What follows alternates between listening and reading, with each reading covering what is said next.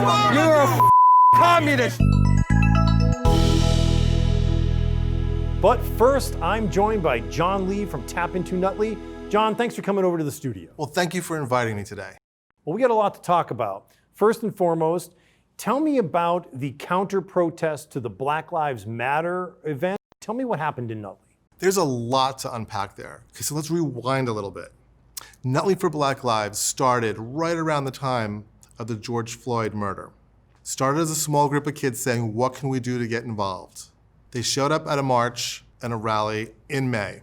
From there, they've organized a couple little marches in town, a couple little protests, nothing that big, and then they had the event planned for the afternoon of June 26th. But there was a rumor that the rally was really there to remove a statue in front of Town Hall.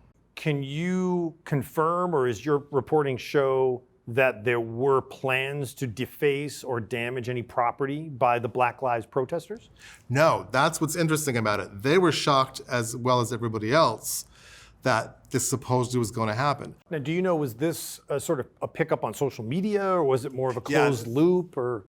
Somebody heard something, and instead of confirming with the Nutley Police Department of, is the Columbus bust going to be protected by police? Is there any plans for it? What do you know?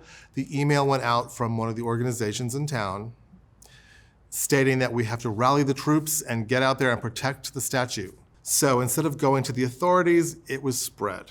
Right. A couple hours before the rally, another email went out from that service organization saying it's not true, we're not going to be a part of it, we confirmed with police, but by then it was all over social media that they were coming to destroy a statue. Do you know why the correction was made? I mean, did people speak up and say, hey, like this is inflammatory?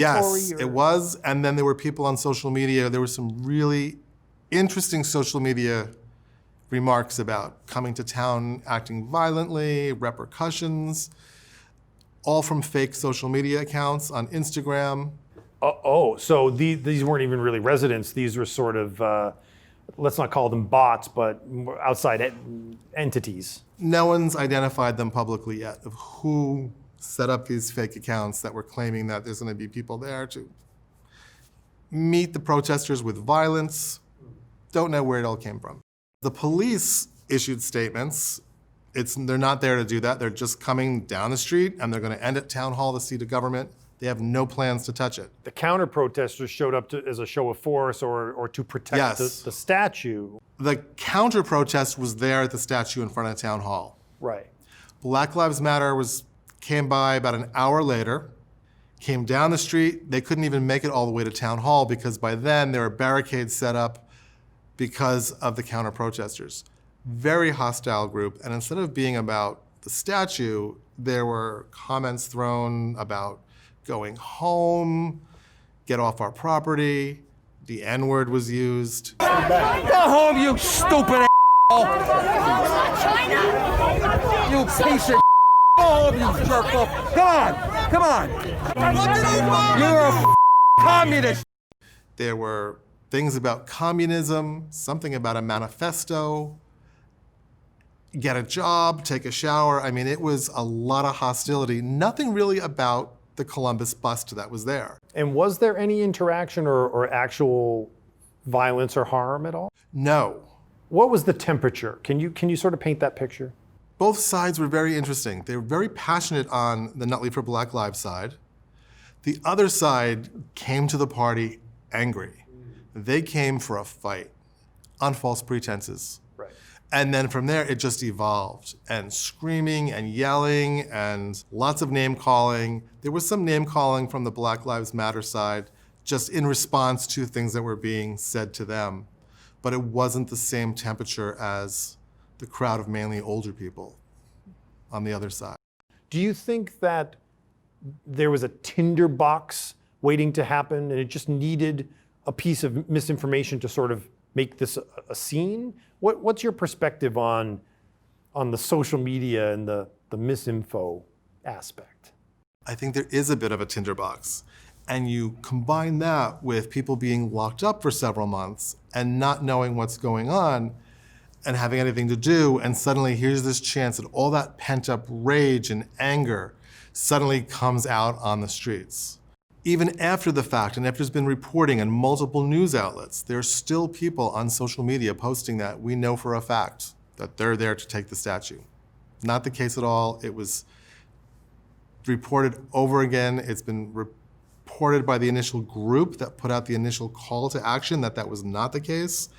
There's still people buying into that and sharing that scenario. I want to wrap things up by asking you about your specific situation, because some people have been commenting on your social media and commenting publicly that you specifically have a role in this scenario.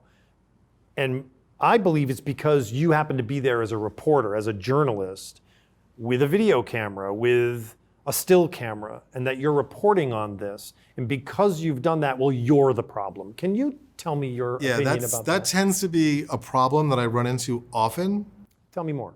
Well, we've got boots on the ground. We've got reporters that are locally based who I give them carte blanche when something happens. Car hits a building, automobile accident, whatever. Just roll, get it. Don't even ask permission to cover it. And we happen to be in a lot of places for a lot of stories in town. Plus being hyper-local, that's part of what we do. We cover things. This is your beat. So there are people who are against anything that could be construed as negative news. And it's been like that since the beginning. I mean, it's not just about negative news, right? It's about news they may perceive as negative. And this could be on all factions or all sides. I guess that's the question I'm asking is, we're living in this sort of partisan world, and how is it manifesting in Nutley? Tell me more. Well, the partisanship is really deeply rooted in an older crowd in Nutley. It's a suburban town, was primarily white, lots of multi-generational families where people will go off to Montclair State, come back, get a job with the town or some other business, and then raise their families somewhere in town. That's been shifting a lot. In the last 10 years or so, a little over 1,000 single-family homes have turned over with the generational turnover to new families. They're coming in from places like Jersey City and Queens and Brooklyn. They're families that are of all ethnicities, of all kinds of backgrounds. So there's so much change going on, and I think some people are having a hard time with it. Well, that probably parallels and mirrors the strife and the problems across the country. And change is difficult and can cause passions and problems. I'm thrilled you could come spend time with me. Thank you for taking time, and we'll have you back really soon, John. Thank you.